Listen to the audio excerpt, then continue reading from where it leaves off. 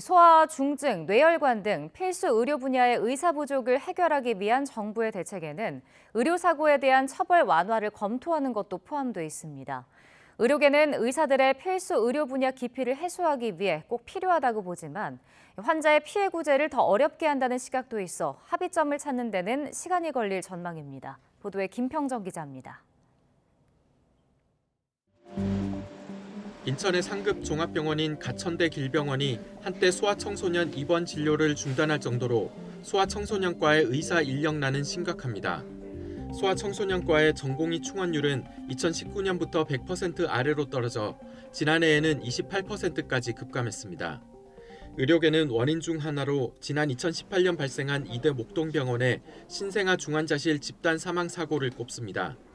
당시 의료진 과실이 원인으로 지목되며 담당 교수 등 의료진이 구속되는 사건 이후 젊은 의사들의 기피 현상이 더 확산했다는 겁니다. 해당 의료진은 이후 대법원에서 무죄 판결을 받았지만 이 사건을 들어 의료계에서는 고의성이 없어도 법적 분쟁을 겪을 수 있다는 불안감을 해소해야 한다는 요구가 커졌습니다. 의사협회 이필수 회장도 올해 신년사에서 고위험 진료와 법적 분쟁에 대한 부담 해소가 시급한 과제라며 필수 의료 사고 처리 특례법 제정을 위해 노력하겠다고 밝혔습니다.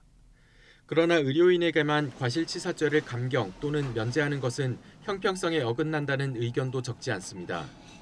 또 의료사고 발생 이후 정확한 경위 파악을 위한 자료를 의사 측에서 충분히 제공하지 않기 때문에 피해 환자가 형사소송 등에 매달릴 수밖에 없다는 시각도 있습니다. 따라서 환자 단체들은 의사가 환자에게 의료사고 경위를 알려주고 자료도 충분히 제공하도록 법적 의무를 부여하는 것이 선행돼야 한다는 입장입니다.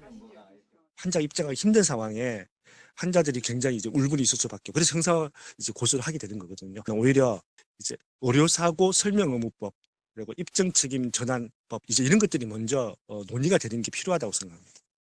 정부도 의료사고 특례와 함께 의료사고의 원인 규명을 더 철저히 하는 피해자 구제 방안도 강화하겠다고 밝혔습니다.